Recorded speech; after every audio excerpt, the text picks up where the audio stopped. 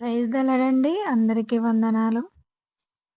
Bible study class ద్వారా మనము ఈరోజు అబ్రహాము యొక్క జీవితంలో ఒక అధ్యాయం ధ్యానించుకుందాము. అబ్రహాము యొక్క జీవిత ప్రయాణము మరి కల్దీయులనే ఊరు నుంచి కానాను వరకు ఎలా సాగింది? దేవుడి చిత్తానికి అనుకూలంగానే సాగిందా? మరి ఏ విధంగా ప్రయాణం నడిపింపు ఉందని మనం ఈరోజు ధ్యానించుకుందాము.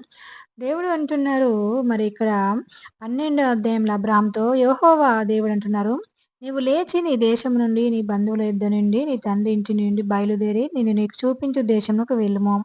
ఇక్కడ ప్రభువు అబ్రాహాముతో అంటున్నారు, "నీవు నీ తండ్రి ఇంటి నుంచి, నీ బంధువుల నుంచి మరి నేను చూపించు దేశంకి వెళ్ళు అబ్రాహాము" అని దేవుడు అబ్రాహాముతో మాట్లాడినప్పుడు మొట్టమొదటిగా మరి దేవుడు 11 అధ్యాయాన్ని మనం చూసినట్లయితే మొట్టమొదటగా మరి ఈ అబ్రహాము అనే వ్యక్తి అన్య కుటుంబం నుంచి రక్షించబడిన వ్యక్తి. మరి అబ్రహాముని దేవుడు కృప చూపి అన్య కుటుంబం నుంచి రక్షించుకోవడం జరిగింది.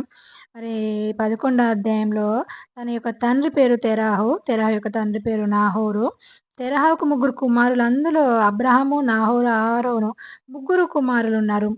అయితే ఇక్కడ ఆరోను తన తండ్రి కంటే ముందుగానే మరణించాడు. ఈ ఆరోను ఎవరంటే లోతు యొక్క తండ్రి. నాహోరు, అబ్రాహాము మరి వీరిరువురు సజీవుల లెక్కలో ఉన్నారు. మరి ఇక్కడ హారోను యొక్క కుమారుడు మరి లోతు సజీవుల లెక్కలో ఉండడము. మరి వీరంతా కలిసి కల్దీల ఊరని పట్టణంలో నివసిస్తున్నప్పుడు మరి తెరహు వీరందరిని తీసుకొని కల్దీలు అనే ఊరు పట్టణం నుంచి కానానుకు బయలుదేరాడు. ఎందుకంటే ఇక్కడ స్పష్టంగా రాయబడి లేదు 11 అధ్యాయంలో కానీ 12 అధ్యాయంలో రాయబడింది. అబ్రాహాముకిచ్చిన మరి దేవుడు చూపించిన దర్శనాన్ని బట్టి మరి ఇక్కడ ఈ తెరహు ఈ కుటుంబాన్ని అంతటా తీసుకొని కానానుకు బయలుదేరడం అనేది జరిగింది. కానీ ఈ తండ్రి తెరహు, హరోను కుమారుడైన లోతు వీళ్ళందరూ ప్రయాణిస్తూ మరి సమస్తమును మరి వాళ్ళు తీసుకొని హారాను మట్టికి వచ్చారు. అంటే హారో అనే ప్రాంతంలోకొచ్చి నివసిస్తున్నారు. హారాను అనేది మరి ఈ తెరహు యొక్క కుమారుడు పేరు. తన కుమారుని యొక్క పేరు మీదనే వీళ్ళు నివసిస్తున్న ఈ ప్రాంతానికి ఆ పేరును మరి స్థాపించుకొని ఇక్కడ నివసిస్తూ కొన్ని సంవత్సరాలు ఇక్కడ నివసిస్తూ అక్కడ వాళ్ళు గృహములు కట్టుకొని జంతువులు, పక్షులు, పశువులు అన్నిటిని వారు పోషించుకుంటూ మరి ఈ రోజుల్లో మరి ఆ రోజుల్లో జంతు సంపదే వారికి సంపదగా ఉంది. మరి జంతువులను, పక్షులను పోషించుకుంటూ వారు అక్కడ నివసిస్తూ ఉన్నారు. నివసిస్తున్న ఆ సమయంలోని ఈ హారాను పట్టణంలోనే తెరహు మృతి పొందడం జరిగింది. తెరహు మృతి పొందిన తర్వాతకి మరి మనము ఈ కల్దీల ఊరు నుంచి హారానుకొచ్చి, హారానులో తెరహు మృతి పొందిన తర్వాతకి దేవుడు మరి అబ్రాహాముతో మాట్లాడుతున్నారు. "నువ్వు లేచి నీ దేశం నుండి, నీ బంధువుల యొద్ద నుంచి, నీ తండ్రి ఇంటి నుంచి నేను చూపించు దేశంలోకి వెళ్ళు అబ్రాహాము. నిన్ను ఆశీర్వదించు వారిని ఆశీర్వదిస్తాను. నిన్ను శపించు వారిని శపిస్తాను. నీ ద్వారా మరి భూమిలో సకల జనులు ఆశీర్వదించబడతారు." మరి అని దేవుడు మాట్లాడినప్పుడు మరి ఇక్కడ అబ్రాహాము మరి ఈ హారాను పట్టణంలో కొంతకాలం నివసించి వారు అక్కడ ఉన్న మరి పశు సంపదను వాటన్నిటిని తీసుకొని కానానుకు బయలుదేరుతాడు. మరి అబ్రాహాం ఒక్కరే కాదు, అబ్రాహాంతో లోతు కూడా రావడం జరుగుతుంది కానాను పట్టణానికి. మరి భార్య అయిన శారాను, లోతును వీరు ఇక్కడ నాహోరు మాత్రమే హారాను పట్టణంలో ఉండిపోవడం జరిగింది. అబ్రాహాము, శారా వీరు కానాను పట్టణానికి బయలుదేరారు. అంటే దేవుడు పిలిచిన పిలుపుకి దేవుణ్ణి తెలుసుకొని ఉన్న ఈ ప్రజలు మరి ఈ కానాను పట్టణానికి మరి బయలుదేరరు. మరి కొన్నిసార్లు మన జీవితంలో కూడా మన స్వంత జనాంగమును, సొంత ఊరును, గృహమును విడిచి మరి ఒక ప్రాంతానికి వెళ్ళాల్సి పరిస్థితులు ఏర్పడవచ్చు.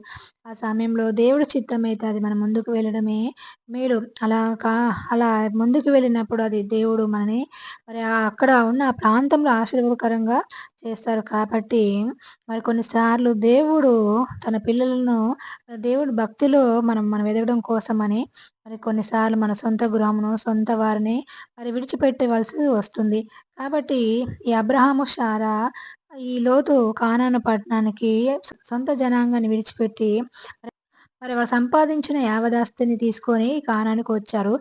కానానులో షెకెము అని ఒక స్థలం దాకా వాళ్ళు సంచరించి, అక్కడ మారే దగ్గరనున్న సింధూర వృక్షం వద్దకు చేరి అక్కడ మరి వారు ఒక బలిపీఠం అనేది కట్టడం జరిగింది. అంటే ఇక్కడ మరి కానానీయులు నివసిస్తున్నారు. ఎప్పుడైతే ఈ మారే దగ్గరున్న సింధూర వృక్షముకు చేరుకున్నారో, మరి ఇక్కడ కానానీయులు నివసిస్తున్న ఈ దేశంలో అప్పుడు దేవుడు మాట్లాడి, "నీ సంతానమునకు అబ్రాహామా ఈ దేశం ఇచ్చేదని" చెప్పగా అబ్రాహాము ఒక బలిపీఠం కట్టెను.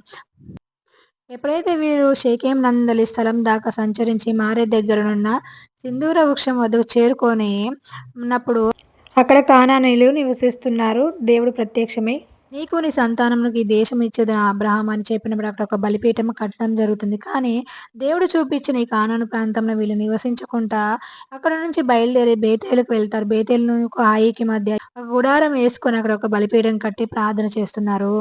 ఇక్కడ ప్రార్థన చేస్తూ మరి ఇక్కడైనా వారు నివసించకుండా మరి వారు ఇంకా ముందుకు దక్షిణ దిక్కుకు ప్రయాణమయ్యి వెళ్ళినప్పుడు అక్కడ వారికి కరువు అనేది ఎదురవుతుంది. మనం కూడా దేవుడి చిత్తానికి వ్యతిరేకంగా వెళ్ళినప్పుడు దేవుడు చూపించిన ప్రాంతం వరకే దేవుడు చూపించిందే మనం చేయాలి. కానీ అంతకంటే మరి ముందుకు వెళ్ళినప్పుడు మన జీవితంలో కూడా శ్రమలనేవి ఎదురవుతాయి. కాబట్టి దేవుడి చిత్తానికి వ్యతిరేకంగా మనం ఎప్పుడు మన జీవితంలో వెళ్ళడానికి సాహసించొద్దు. ఇప్పుడు ఇక్కడ అబ్రహాము మరి కానానును దేవుడు ఇక్కడ నీ సంతానం నేను విస్తరిస్తానని చెప్పినప్పుడు అక్కడే నిల్చోకుండా అబ్రహాము దేవుడి చిత్తానికి వ్యతిరేకంగా ఇంకా ముందుకు వెళ్లి బేతేలుకు హాయికి మధ్య ఒక గుడారము ఏర్పరచుకొని అక్కడ ఒక బలిపీఠం కట్టి దేవుడికి ప్రార్థిస్తా ఉన్నారు. మరి అక్కడైనా నివసించకుండా ఇంకా ముందుకు వెళ్ళినప్పుడు దక్షిణ దిశగా వెళ్తున్న ఆ సమయంలో కరువు వచ్చెను. దేవుడికి వ్యతిరేకంగా మనం వెళ్ళినప్పుడు మరి మన జీవితంలో దేవుడికి వ్యతిరేకంగా జీవిస్తున్నప్పుడు కొన్ని శ్రమలొస్తాయి. అవి కొన్నిసార్లు పరీక్షించడానికి వస్తాయి. కొన్నిసార్లు మనం దేవుడికి వ్యతిరేకంగా వెళ్ళినప్పుడు మరి కొన్ని శ్రమలొచ్చినప్పుడు మనం దేవుడి చిత్తాన్ని గ్రహించాలి. ఇక్కడ మరి ఈ అబ్రహాము కరువొచ్చిందని ఐగుప్తు ప్రాంతానికి వెళ్ళి, దేవుడి చిత్తాన్ని గ్రహించకుండా శ్రమలు కొని తెచ్చుకున్నారు. అక్కడికి వెళ్ళినప్పుడు మరి అక్కడికి వెళ్ళేంత వరకి అబ్రాహాంకి అర్థం కాలేదు. మరి కరువు నుంచి తప్పించుకోవాలని అబ్రాహాం ఐగుప్తుకి వెళ్ళాడు. కానీ అక్కడికి వెళ్ళిన పరిస్థితులను బట్టి అబ్రాహాముకి అర్థమైన విషయాన్ని బట్టి భార్యతో అంటున్నారు, "నీవు చక్కని దానివని నేను ఎరుగుదును. ఐగుప్తులు నిన్ను చూసి మరి రాజు ఎదుట పొగిడినప్పుడు నీవు రాజభవనానికి బడతావు. కాబట్టి నిన్ను బట్టి నన్ను చంపివేస్తారు. కాబట్టి నేను నీకు సోదరునని చెప్పుము" అని భార్యతో చెప్పినప్పుడు మరి భార్య కూడా మరి తన సోదరునని చెప్పడం జరుగుతుంది. ఇక్కడ అక్కడున్న స్త్రీలు శారాను చూసి ఫరో ఎదుట పొగిడినప్పుడు మరి ఫరో ఇంటికి శారా తీసుకువెళ్ళబడతది. మరి ఆ సమయంలో దేవుడు మరి వీరు దేవుడి చిత్తానికి వ్యతిరేకంగా వెళ్ళినప్పుడు మరి దేవుడు మరి అబ్రహామును పిలుచుకున్న వ్యక్తి కాబట్టి దేవుడి చిత్తానికి వీరు వ్యతిరేకంగా వీళ్ళు శ్రమల్లో ఉన్నప్పుడు దేవుడు జోక్యం చేసుకొని ఫరో యొక్క కుటుంబాన్ని వేదనల చేత బాధపెట్టినప్పుడు అక్కడున్న ప్రజలు మరి ఆ శ్రమలను మరి గ్రహించి మరి ఫరో అబ్రాహామును పిలిపించి, "నువ్వు నాకు చేసినది ఏమిటి అబ్రాహాము? ఈమె నీ భార్య అని నాకు ఎందుకు చెప్పలేదు? నేను ఈమెని భార్యగా చేసుకుందునేమో.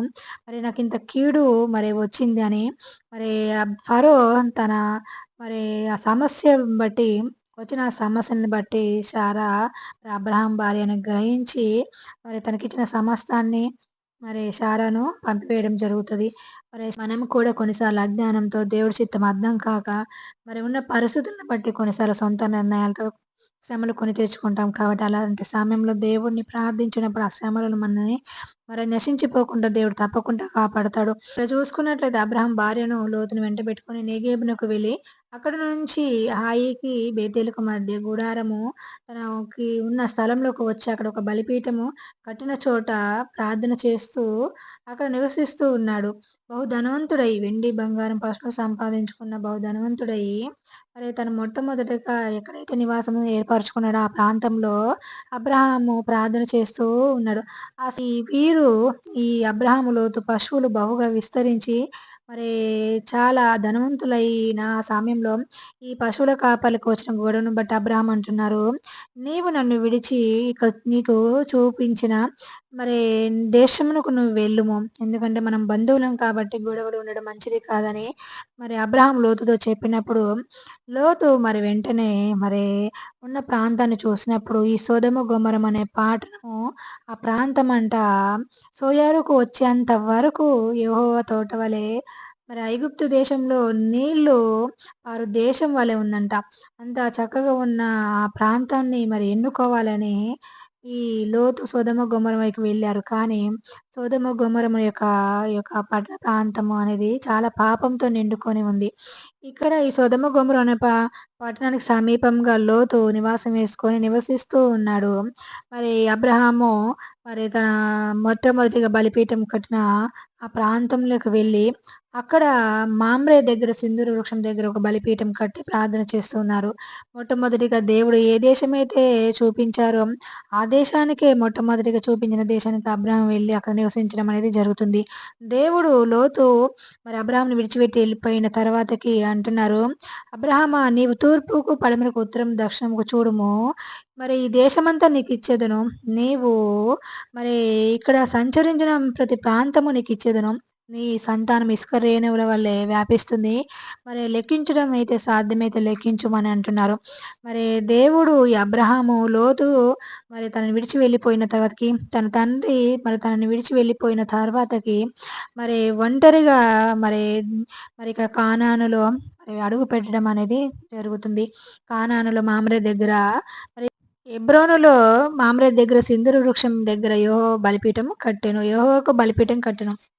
మరి దేవుడు మరి "నువ్వు సంచరించిన ప్రాంతమంతా నీకిస్తాను" అని చెప్పినప్పుడు మరి ఆ విధంగానే మరి హెబ్రోనులో మామ్రే దగ్గర ఉన్న సింధూర వృక్షం దగ్గర మరి ఒక బలిపీఠము కట్టెను. ఇట్లా మరి ఈ అబ్రాహాం యొక్క ప్రయాణంలో 3 బలిపీఠాలను తను మరి కట్టినట్టు రాయబడింది. 4 బలిపీఠం గురించి తర్వాత ధ్యానించుకుందాము. మరి అబ్రహాము మరి ఈ కల్దీయులు అనే ఊరు పట్టణం నుంచి మరి కానాను వారికి చేరేంత వరకు దేవుడి చిత్తానుసారమే కాదు, కొన్నిసార్లు దేవుడికి వ్యతిరేకంగా కూడా ముందుకు వెళ్ళినప్పుడు మరి దేవుడు కృపను బట్టి ఆ శ్రమల నుంచి తప్పించి దేవుడు తనకి వాగ్దానం ఇచ్చిన భూమిలోకి మరి తీసుకొని రావడము. అక్కడ యెహోవాకు బలిపీఠం కట్టడం అనేది మరి జరిగింది. మరి అన్య కుటుంబం నుంచి రక్షించబడ్డ ఈ అబ్రహాము దేవుడి చిత్తాన్ని గ్రహించడమే గొప్ప విషయము. అంతేకాదు మరి తన జీవిత ప్రయాణంలో దేవుడితో మరి చివరి వరకు కొనసాగించాడు. మనం కూడా మన జీవితంలో మరి అన్య కుటుంబం నుంచే వచ్చాము. కానీ మనము కూడా దేవుడి చిత్తాన్ని గ్రహిస్తూ, ప్రార్థిస్తూ, దేవుడు చెప్పినట్లు వెళ్తూ మరి మనం దేవుడికి మరి ఇష్టమైన వారిగా ఉంటూ ఇతరులకు ఆశీర్వాదకరంగా ఉంటూ ముందుకు వెళ్ళడం మనకి ఎంతైనా అవసరమో వాక్యం మీ వినికిడిలో దీవించబడును గాక. ఆమేన్.